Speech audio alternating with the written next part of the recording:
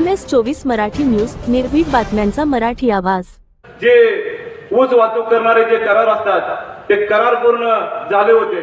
त्या कराराची ऊस वाहतूक करणारे जे तोडणी कंत्राटदार असतात, जे ट्रॅक्टर मालक असतात, ते ट्रॅक्टर मालकांचा करार तसाच परत पुढे येतो। आणि हा करार ज्यावेळी पुढे येतो त्यावेळी कुठलाही कारखाना असू दे, तो कारखाना करार करताना 1 वर्षाची मुदत घेऊन ते कर्ज त्या कारखान्याच्या हमीपत्रावरती त्या ट्रॅक्टर मालकांना तोडणी कंत्राटदारांना देत असतो। आणि बरोबर बँक ऑफ इंडियाचं हे कर्ज त्या आपल्या ट्रॅक्टर मालकांच्या वरती होतं। त्यांनी करार करून दिला होता आणि त्या कराराची रक्कम जी होती त्यातली रक्कम थोडी त्या ट्रॅक्टर मालकांना ॲडव्हान्स पोटी मिळाली होती, तो त्यांनी धंदा करून पूर्णपणे भागवली होती। काही रक्कम शिल्लक राहिली होती, ती शिल्लक रक्कम पण सत्तांतर झाल्यानंतर ह्या सत्ताधारी मंडळींनी 1 वर्ष त्यांना दिली नव्हती। इथं काही ट्रॅक्टर मालक आहेत, त्यांना माहीत आहे। त्यावेळी मी होतो स्वतः 2016ला एक आंदोलन आम्ही केलं होतं येडेमचंद्रला, नाना पाटलांच्या भूमीत ते आंदोलन झालं। आंदोलन करून त्यावेळेचे जे चेअरमन होते 2016-17चे, त्या चेअरमनांना घेरावा घातला होता आणि सांगितलं होतं जर तुम्ही जर आमच्या कष्टाचं जर पैसे देत नसाल तर आम्ही ट्रॅक्टर घेऊन साखर संचालकांच्याकडे मोर्चा काढू। दुसऱ्या दिवशी अगदी त्यांना त्यांचे बिल मिळाली। आणि हे बघितल्यानंतर त्यांच्या लक्षात आलं की अविनाश दादांचा जो आलेख आहे हा खराच चांगला होता। त्यांना कुठं अडचणीत आणायचं, सत्ता त्यांच्या हातात, सत्ता ताब्यात, आणि त्यांनी ते बरोबर पकडलं। आणि बँक ऑफ इंडियामध्ये असणारी जी काही शिल्लक रक्कम होती त्या शिल्लक रकमेला त्यांनी भ्रष्टाचार केला, हे आरोप चालू केले। हे आरोप करण्याचा हेतू जो होता या सत्ताधारी मंडळांचा तो का होता, तर अविनाश दादा कुठे अडचणीत येतात, त्यांना काय त्रास आपण देऊ शकतोय आणि त्यांची बदनामी कशी होईल त्याच्यावरती आपण पुढच्या निवडणुका किंवा त्यांची पुढची रणनीती ते आखत होते। मला त्यावेळी आम्ही हे चाललं होतं ते बघत होतो, आम्ही पेपरला येत होतं, अटक झाली सत्तेच्या जीवावर, पैशाच्या जीवावर। त्या सगळ्यांना दमवण्याचं काम संचालक मंडळ त्यावेळी काय होतं, उदयबाबा इथं आहेत, त्यांनाही माहित आहे उदयबाबा इथ्यात होते, अविनाश दादा स्वतः होते। अटक झाल्यानंतर सगळे आले। सत्ता असल्यामुळं अटक करणं, पैसा असला म्हणजे अटक करणं फार काय अवघड नसते। FIR करायची, कशाही केसेस दाखल करायच्या।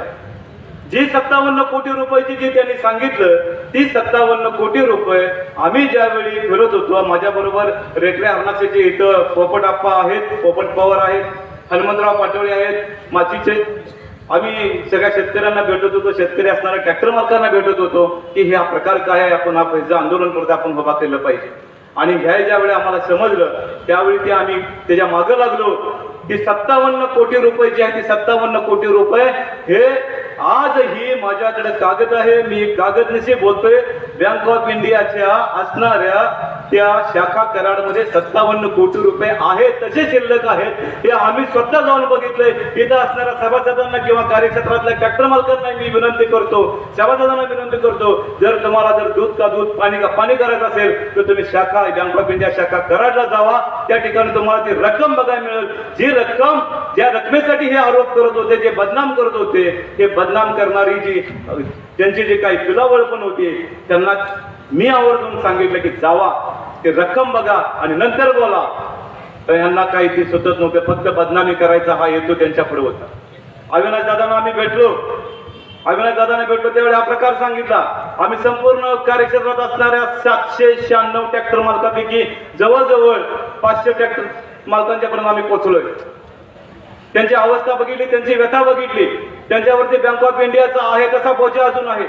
गेली 11 वर्ष सत्तेत कोण आहेत, ती सत्ताधारी मंडळी आहेत। सत्ताधारी मंडळी जी आहेत ते सत्ताधारी मंडळींना माहित नाही का की आपला असणारा कार्यक्षेत्रातला हा शेतकरी सभासद आहे, हा ट्रॅक्टर मालक आहे, ह्याच्यावरती 5 लाखाचा, कुणाच्या 10 लाखाचा, कुणाचा अगदी 30 लाखापर्यंत बोजा बँक ऑफ इंडियाचा आहे। आणि ती बँक ऑफ इंडियाची ज्यावेळी नोटीस त्यावेळी त्या आमच्या ट्रॅक्टर मालकांच्या घरात जायची, त्यावेळेची ती असणारी कौटुंबिक त्यांची अवस्था, त्यांची असणारी मुलं, त्यांची असणारी तिथे त्यांची पत्नी, आम्ही त्यांची अवस्था बघितली की ते गेल्यानंतर त्यांना मानसिक त्रास होत आलाय, आर्थिक त्रास होत आलाय, हे आम्ही स्वतः अनुभवलेलं आहे। ही 11 वर्ष सत्ताधारी मंडळींना दिसलं नाही का की आम्ही जे बोलतात आम्ही शेतकरी हिताचे आहोत, काय शेतकरी हित, हे शेतकरी जे आहेत ती सभासद आहेत, ही ट्रॅक्टर मालक आपल्याच कार्यक्षेत्रातले आहेत, त्यांचं घर कुटुंब पूर्ण उद्ध्वस्त झालंय, तरी देखील यांनी कुठला शब्द काढला नाही।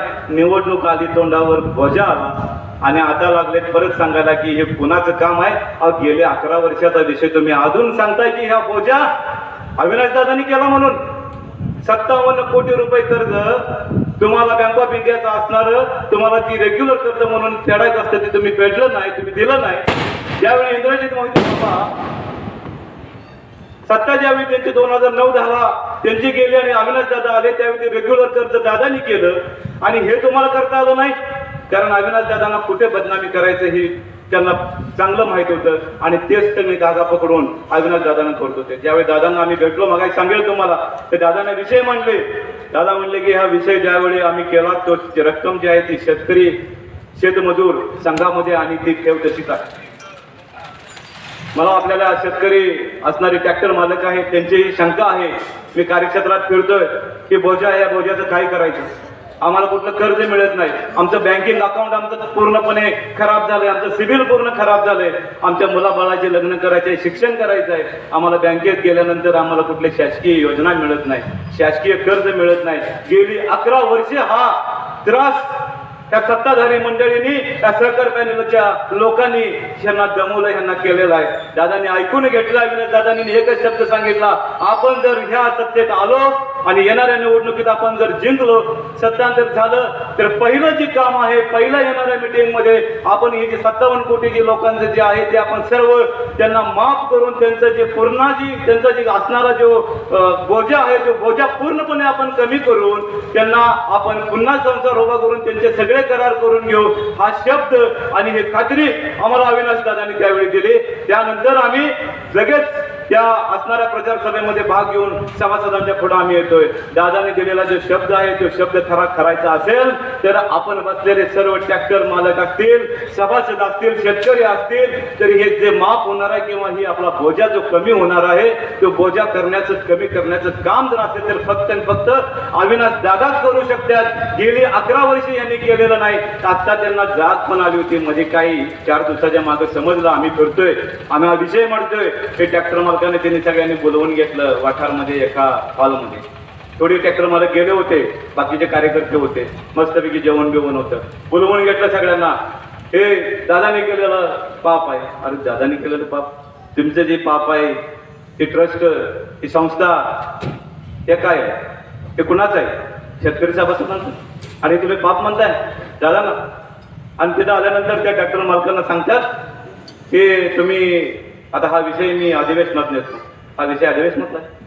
हा विषय आहे साखर कारखान्याचा, ते असणाऱ्या बँक इंडियाचा, असणाऱ्या ट्रॅक्टर मालकांचा आणि त्याच्यामध्ये असणारे त्यांचे खास जे जवळची लोक आहेत, एक 17-18 जणांची यादी, ती यादी आम्ही काढलेली आहे. ती यादी त्यांनी ठराविक असणाऱ्या लोकांचे फक्त पेमेंट त्यांनी भरलेले आहेत. का तर त्यांचे जवळचे खाजगी ह्याच्यातले 796 मधले 18 जण. मग बाकीचे ट्रॅक्टरवाल्यांनी काय पाप केलं होतं, तुमचं काय घोडं मारलं होतं, तुमच्यासाठी काम केलं होतं, गेली पंचवार्षिक तुम्ही हे कारण सांगून निवडून आला होता.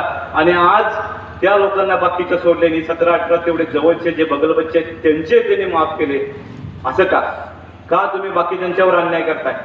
हे काही शेतकरी हित आहे? हे काही कारखाना चालवणार किंवा सहकार टिकवणारी लोक आहेत? हे अजिबात नाहीत. हे फक्त खोटं बोलायचं आणि रेटून बोलायचं काम करतात.